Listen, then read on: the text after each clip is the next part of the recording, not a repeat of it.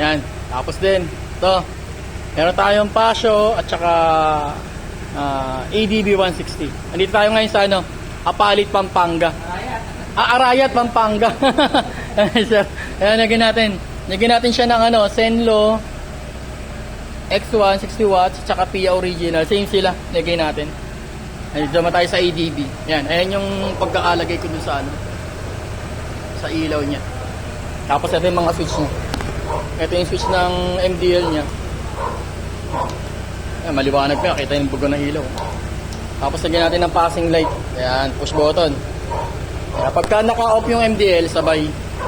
Then pag naka-low, ayan, yung high. Then high, low naman.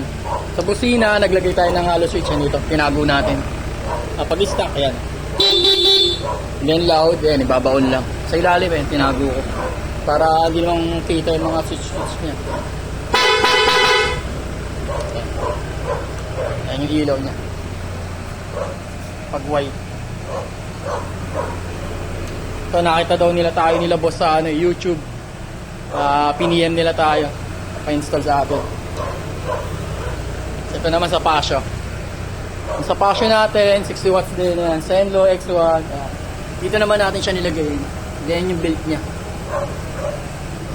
Ang switch. Ito natin eh. Isang taon na. Isang taon na to pero alam mo bago eh. Ang odo nyo. Hindi masyadong gamit eh. Ayun yung switch niya. Yung white, ayun din. Ayun. Passing light. Meron din. Push button. Passing light sa high. Sa low. Pag naka-off, ayan, sabay. At tapos busina. Ayan, tago rin siya dito sa ilalim eh. No? Ayan, stock. Ayan, loud. Ayan, hindi tayo nagsasabay dun sa passing light kasi bawal na yung nakasabay yung passing light sa ano, busina. Ayan, tsura nyo.